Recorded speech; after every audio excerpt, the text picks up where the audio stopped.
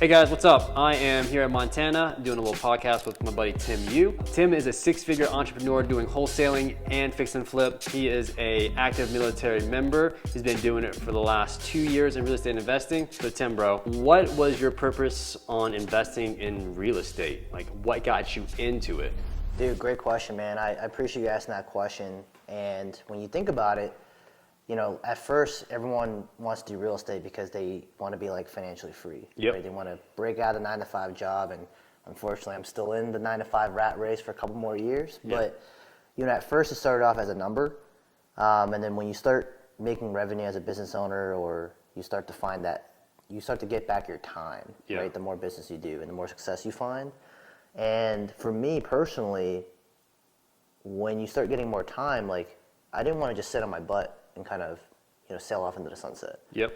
I'm obviously like, I'm in the service, I'm in the military, and I have like a passion for trying to find affordable housing Okay. for displaced veterans. Oh, really? Yeah. Okay. That's like my big goal, my big kumbaya Mount Everest goal, where, you know, we're trying to buy multifamily properties. We can convert them to rent by the rooms. Yeah. You have 30 to 50 veterans in that one building, essentially giving them back a community aspect of like being in a brotherhood, sisterhood, like the military. Yeah.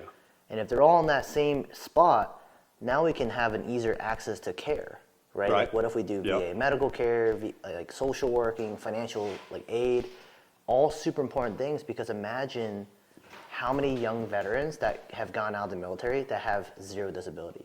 Yeah, a lot of them. My gosh. Yeah. Right? Like if we help one veteran that's like, they get owed 2 years of back pay. Yeah. Can you imagine? That's like life-changing money, That is. right? So I think that's the type of vision that I want to do Okay. for these type of like, you know, community-based properties that we're trying to buy. And that makes you fulfilled and purposeful in your life and investing? 100%, man. I mean, Okay.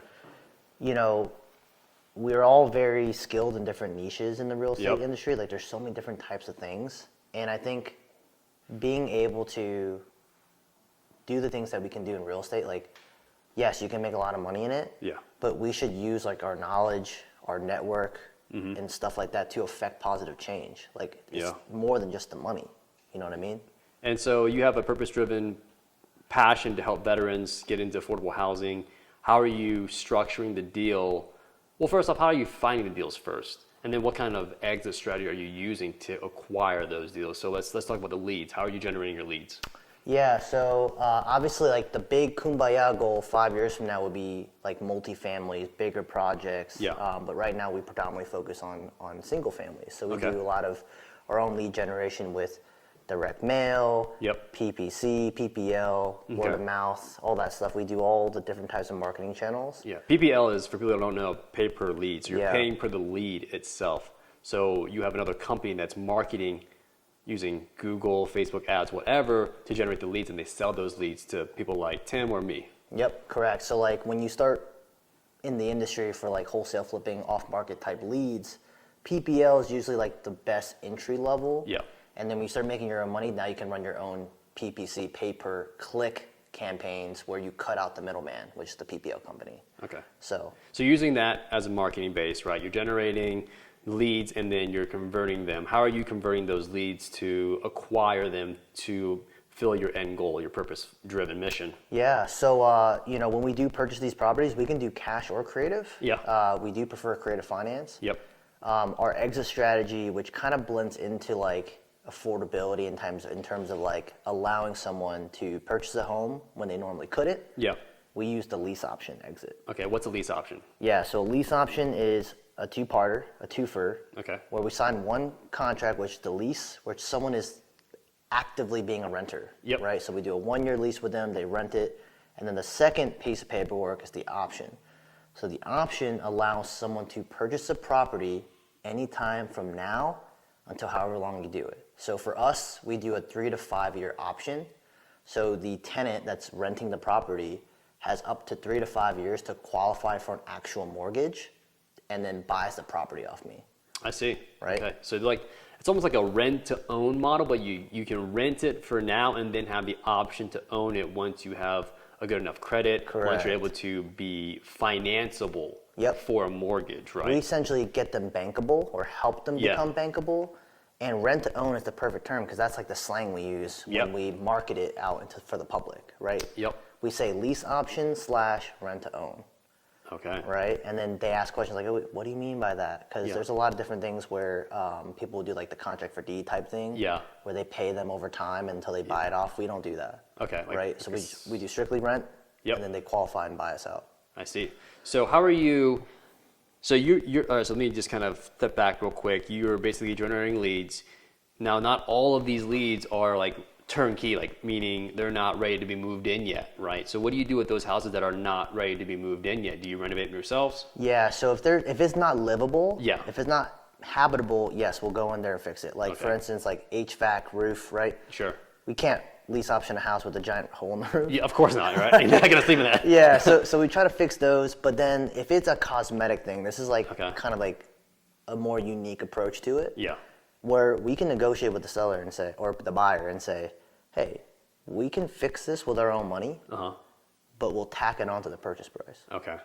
And we can negotiate the down payment. So if you give us a bigger down payment, we'll fix whatever you want to get fixed. I see. And we'll adjust the purchase price on the back end. So you find a buyer first before you buy the property. I used to buy the house and then frantically find a buyer. Oh, okay. Now it's more of a streamlined system where we have all lists of buyers. We don't have enough houses. I see. Right? So that's a good problem to have. But when we first started, like when I first did my first lease option, I was frantically trying to find a buyer. This was 2 years ago too, right? Yeah. 2 years ago, guys. He did this 2 years ago while in the military. That's crazy. He has basically like a job and he's doing this on the side. Yeah. And he's going to college too, guys. College. Well, I just finished. You just finished, right? Yeah, Okay, cool. So, got my MBA. Yeah. Which doesn't mean anything, guys, honestly speaking. It's just 3 letters on my LinkedIn profile. Yeah. But yeah, man, it was crazy. I was doing the Facebook ads, Craigslist, and talking to thousands of people on Facebook Messengers, like, oh yeah, like how much money do you have? And it was crazy. So now that you've got the house like renovated, right? You're like in your first or second deal and you're trying to post it on Craigslist, Facebook or whatever, and that process is like kind of chaotic, a lot of work involved, I'm assuming. So I know a lot of folks, maybe including myself, don't know how to get in buyers. So what's your process like? How do you get in buyers for your lease option properties? Yeah, so three big takeaways for finding a tenant buyer is 1, Craigslist and Facebook. We post them on Facebook Marketplace, and we pay for like a week or 2 of ads. Okay. Because the reason why we pay ads is because scammers usually won't pay $50 to run an ad. Okay. So we'll run the ad. It also gets you like more exposure, visibility. Right. Yeah. The second way is you can list your property on Avail, all those free websites. Avail? Yeah, Avail, Rent Ready, all that stuff. How do you spell Avail? AVAIL. Okay. .co. It's like a property management software company. Okay. That lists your property for free, and I literally put rent to own, right? So that's how I advertise it. And my third and best way that I've heard, like not many people are using this strategy, which is crazy, is connecting with loan officers. Okay. Makes right. sense. So how many loan officers do you know that's probably had at least 10 people that have gotten their loans denied? I'm not sure, but I'm not a mortgage officer, but I'm sure the statistics are out there, right? What do you think? Yeah. 1 in... We got to look at it. Like 1 in 10, 1 in 12, right? Like only, 50% of people get approved for a mortgage? Absolutely insane, yeah. right? So their lists are long. So what I do is I just build a relationship with them. Yeah. And say, hey, what you can do for me is, you're not going to get these people's business anyway. Okay. For the foreseeable future. Yeah. If they're still actively trying to buy a house, I have a turnkey property, semi-turnkey, whatever the quality of the property is. Sure. If they have a down payment and they can afford the rent, they can do a lease option with me. Okay. Biggest thing is now in a year or 2, when we get them qualified or bankable, you now get a client that's paying you. Oh, the mortgage officer. Yeah, the mortgage officer. Right. The loan officer gets business. Yeah, right.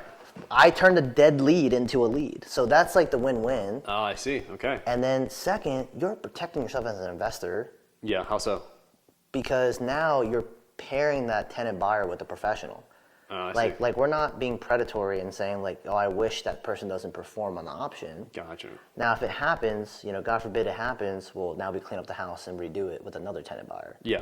But with the loan officer kind of like paired up and teamed up with them, their success rate is going to go up. Right. Right? Because you have someone coaching them like, hey, you need to do X, Y, Z, you need to pay your bills, whatever. And is the mortgage officer getting paid for these services? You have to work that out with the loan officer, but I know there is some risks to loan officers getting paid on the side like that. There could be some legality stuff. Yeah, we're not no loan officers ourselves, so we don't know. Not a loan officer. Talk to your whatever board. Kind of work it out with them, but I think that just the idea of like them just sending you a list of people that got denied. Yeah. I mean, that's just free chicken, right? Like, you send a list of 100 people, you could generate 4 or 5 deals from that. Oh, wow. And that's like really just me like putting them in a house, you know what I'm saying? Yeah. And they qualify for a loan. That's just free chicken. So tell me about the structure. How do you structure, let's say I'm a person that did not get approved for a mortgage. I'm like, hey, Tim, I actually need a house. I got, let's say, $25,000 that I saved up, but I don't qualify for a house for my credit or whatever happens situation. How do you structure a person like that? What kind of questions do you ask in order for them to get qualified? Yeah. I think we don't have to be super invasive, right? Right. But when you're screening a tenant buyer for a lease option, the first question is, how much money have you saved up towards your property? Uh-huh. And they can say, Tim, I've saved up 20 grand. Now, obviously, I don't want to take the entire down payment. Okay. We can work something out. Like, hey, would you put $10,000 down on this property? It's non-refundable. Right. But if you do decide to buy the house or qualify for the house, this goes towards the purchase price. Okay. So you're essentially putting a down payment. Yeah. Right? On the house. If they say yes, great. That's the first check mark. Okay. Second check mark is how much can you afford in monthly rent? Okay. Right? Because we still have to Yep. pay the bills, pay the mortgage, and ideally we'd want 3 times the rental income. Yeah. But we can work something out with them. Okay. 2 to 2.5, depending on the situation. Sure.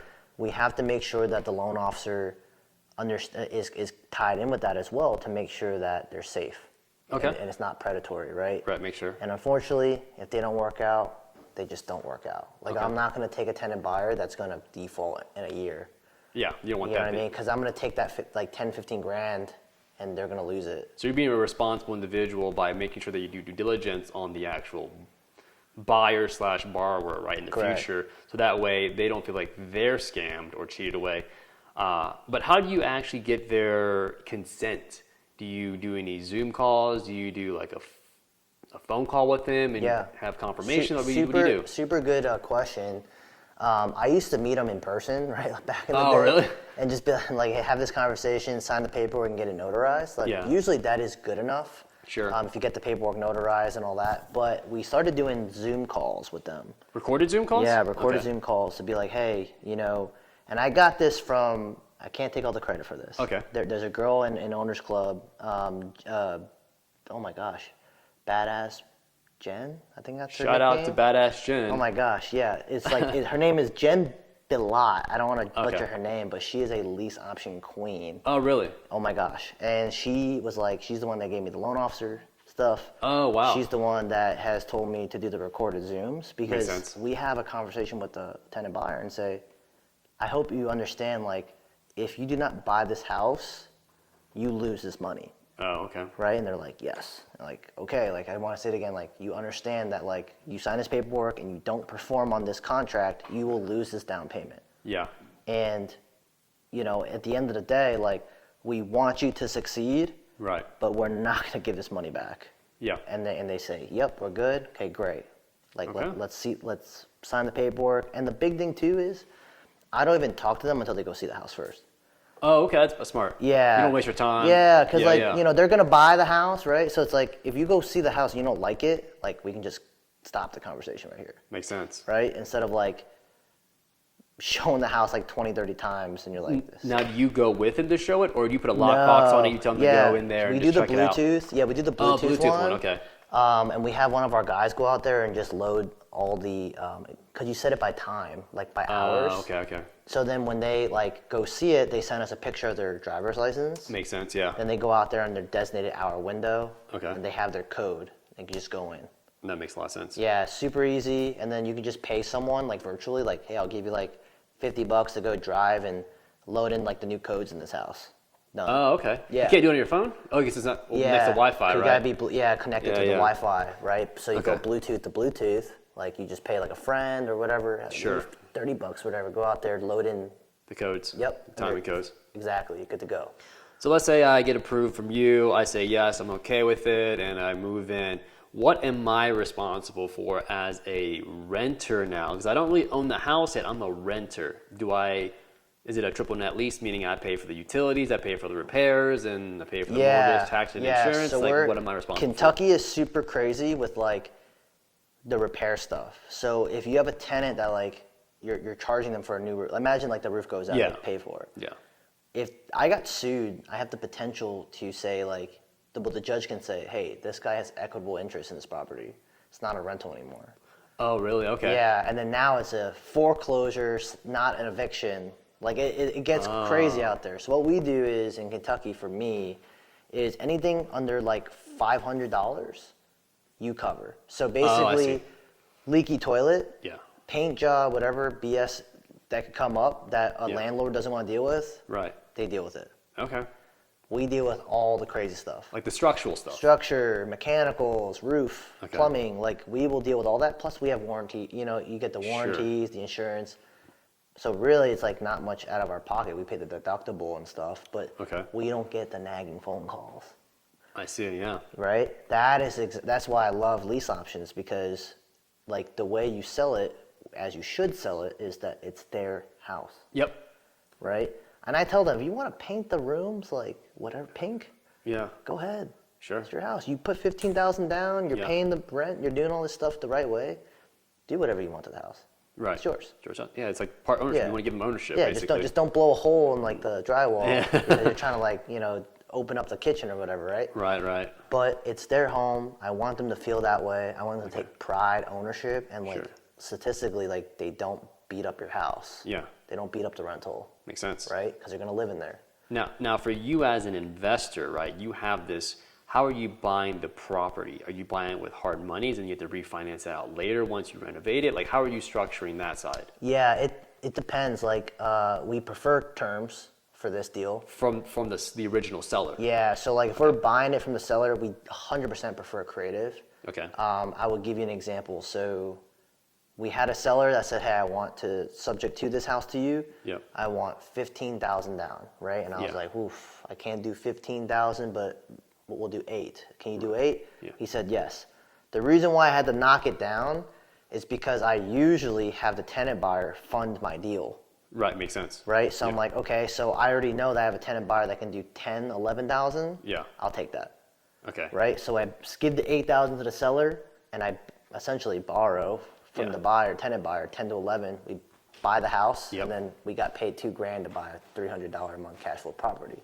And then you're cash flowing. And then there's also a balloon too, I'm assuming, with the seller on the front end, right?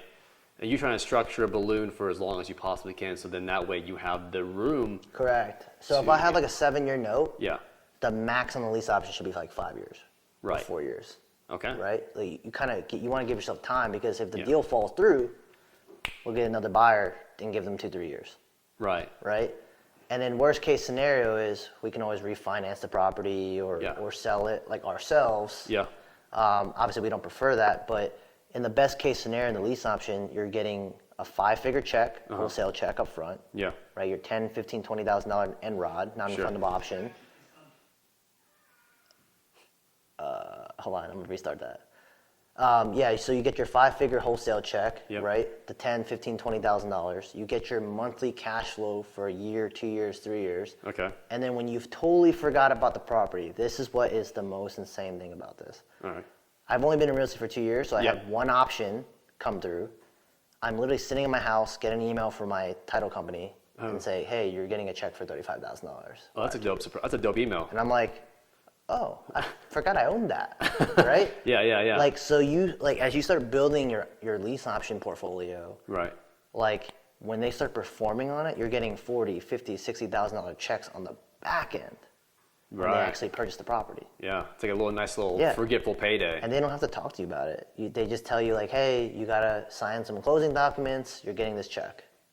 Okay, that's dope. You're like groovy. But does the renter tell you when they're refinancing, or does it just happen whenever they want to happen? Yeah, no, they should tell you because in our contract, it's like if you want to perform earlier than 3 years, absolutely. Yeah. Like we're good with that. Yeah, because you want to cash out and go to Yeah, the next we deal, want to cash basically. out. Yeah, and it like for us, like we're happy for you to cash out. Right. If they don't want to cash out, well, we're just going to enjoy the cash flow for another year or two. Right. You know what So I mean? the benefits for you as an investor is that you get the front end of the money, whatever the arbitrage is. So if it's a $5,000 down to the original seller, you get $15,000 from the renter, you get a 10 grand spread, and then you have that monthly cash flow, and then not worrying about any calls, termites, toilets, whatever it may be, for however long that lease option's for, and then you get that payday once they refinance, right? And the big thing too is, you know, when you do the option contract, let's say your house is worth 100. Yeah. Right? If they have a 3 to 4 year option, we add appreciation to that purchase price. Oh, you do? Okay. Oh so yeah, okay. 100%. Okay. So this house that we just closed on last month, it is as is 175. It will be worth 190 when we're done fixing it. Yep. We're going to add the appreciation off the 190. For the next 3 to 5 years? Correct, yeah. And how do you do that? Do you do The based option contract. But do you do that based on the market appreciation over how many years? Yeah, what I think, so like our market would probably be 3 to 4%. On a yearly? Correct, year over year. Okay. So like if we did a 5-year option, I'm going to add 15% to that bad boy. At the 190? At the 190. But wouldn't you do it 190 plus 3 to 4% and then add that one, whatever that comes up to be, let's say 195 plus 3 to 4% on that? Yeah, so it'd be, we go at what the current value is. Yeah, 190 times like 0.03 or whatever. Yeah, it's like an extra 30,000 on top. Okay, so you actually sell it for like 220. That's the purchase price on the option. Okay, on the option. So okay. remember, like, so the 190 to the 220, yeah, it's only 30 grand. It's a spread. But that's not counting what I all in on. Right. So I was all in on this deal for 150. Right, so you actually have a good spread. Yeah, so we're gonna net like, what, 80 grand on the back end? Yeah, that's awesome. And we got paid to buy the house. Right. Right? That's why I'm like, hey, stop wholesaling. Stop wholesaling, guys. Stop wholesaling. Wholesaling doesn't work. Lease option. Buy the house, own the house, sell the house. Like I'm telling you. Okay. Like this one deal alone, I get paid $5,000 to buy it. I'm making over like 100 grand on this deal. So that's how you make 6 figures on every single deal you could do. Yeah, exactly. You could make 6 Got the figures. potential. Right. Right? Because once you wholesale a deal, you make your 15 grand assignment, and that's it. You got to go get another one. Exactly. You know what I mean? So that's why I'm big on the lease option. And you're getting somebody a chance to buy a house when they couldn't have. Right. Because the thing is, like, while they're renting with random landlords, Right. the landlord can just say, well, I'm not going to renew your lease. Exactly. Or, yeah, I'm not going to sell. I'm deciding to sell it to somebody else. Okay. Right? The option contract, I legally cannot sell it to anybody else. Right, because you have a contractual agreement. That's it. Yeah. I can't change the price. Yeah. Like, if the market appreciates past what my purchase price is, like, That's your loss. as long as you haven't like violated anything, like I can't do anything about it. So let's say I'm a renter and I come in on hard times, right? Let's say I miss one payment. How tight is your contractual agreement between renter, buyer, and landlord? Yeah. If I miss one, like, hey Tim, I'm going to hard times. I lost my job because the recession or the market's doing bad, but I'm going to make the next payment. Like, do I lose my option to buy? I know You could. I could. Yeah. Right? So yeah, the paperwork is airtight in terms of like legality stuff because your option contract, the second piece of paper, should have a clause that says if you violate your term or your lease, it voids out your option. And then as a renter, lose your I lose my non-refundable. non-refundable. Okay, go So ahead. you don't have to be like a titan of a landlord. Sure. You can have that conversation, but you know, for your own protection, like you should have that clause in your option contract because you don't want the guy or girl that's renting from you just stop paying you for 3-4 months. Okay. And then they end up like suing you for your like money back, and you're like, dude, like you haven't paid your rent in like 6 months. Right? Okay. You know what I mean? So like you have to have that back safe that says like if you don't pay your rent, you cannot perform on your option. Like that's void. The money's mine because you haven't paid in 3 months anyway. Yeah, because I didn't meet my contractual Exactly. agreement. So then for me in our thought process, right, the more I think about it, that option fee that I'm not giving you back and you're not paying me for 3-6 months, that's your rent that you haven't been paying me. Like, Right. I haven't made a single dime off of this. Because you got to pay for the mortgage or whoever. And I got to evict you, I got to pay for lawyers. Like really, that deposit, like you shouldn't spend it, Of course not. right? But if you don't spend it, you keep it in the piggy bank just in case something bad happens where you got to sue somebody, take them to court. They're essentially paying you for that. Right. Right? Makes like sense. when you think about it that way, to protect yourself, Yep. but you should have an ironclad contract Okay. just in case to be in the driver's seat at all Right. times. This is great information, guys. So I'm going to wrap it up right here by asking Tim a very simple question. Like, what is one piece of advice that you would tell a brand new person getting into real estate? Like, what would you tell them to focus on? Like, any words of wisdom, since you've been doing this for quite some time now, making six figures? Like, what would you tell your younger self or a new person? I think you guys have to, you've heard of the term shiny object syndrome. There's so many different things out there. 100%. I mean, we're by problem too. I'm telling people, Yeah. don't wholesale, like Yeah. lease option, right? I think you really need to figure out what you want to do, like genuinely. Like if you want to wholesale, go all in. If you want to do what I do, go all in. And you go network with intention. You go find that person that is doing what you want to do, and you provide them value. And I want to say that if you don't mind. Yeah, go ahead, man. A lot of people come to us and say like, hey, I want to work for you, or I want to take you out to coffee or whatever. There's so many other ways to provide value to an investor. Like for instance, like let's say I was fat and Phil is like, hey, I've done 1,000 deals, and or no, he's a fitness coach, whatever, and he doesn't know real estate. What if I help you lose weight and you help me buy deals? Yeah, it's Right? a trade-off. Like, heck yeah. Or for me, this is a shameless plug.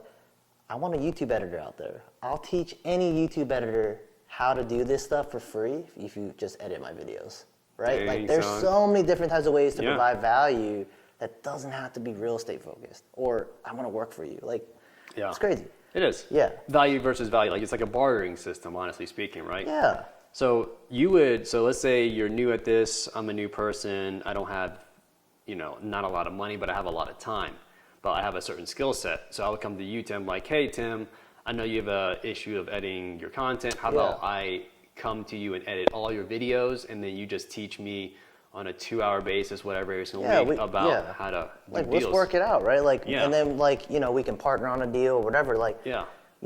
There's something behind it where I'm like, shoot, I will sacrifice time out of my schedule to get this guy a deal. Right. Right? Like, there's just so many people that just want help, and it's like, well, what do you want to do? Yeah. I mean, they don't know what they want. So one, truly ask yourself what you want to do in real estate or business buying, whatever. And then two, find the person that personality-wise you're like, man, like I think this person is a nice person, good person, doing the things that I want to do. And then three, figure out what you can do to provide value, and don't ask them, what can I do for you? Yeah. Because now you're giving me another job to figure out what you can do for me. That makes no sense. Right. Because I don't even know who this person does or Yeah. what he does, right? Like, that doesn't make any sense. So That's figure very out true. what you're good at, and if it's a fit, we're gonna work together. Yeah, Right? for sure. So I think that's Great the advice. biggest things I can kind of share with you guys. And then how can people find you? How can people get connected with you, bro? Oh, super easy, guys. Instagram, YouTube, at It's Tim U, right? So I keep it super simple. So feel free to DM me. I'll be happy to connect with you guys. And that's it, guys. Appreciate you guys tuning in. See you guys in the next one.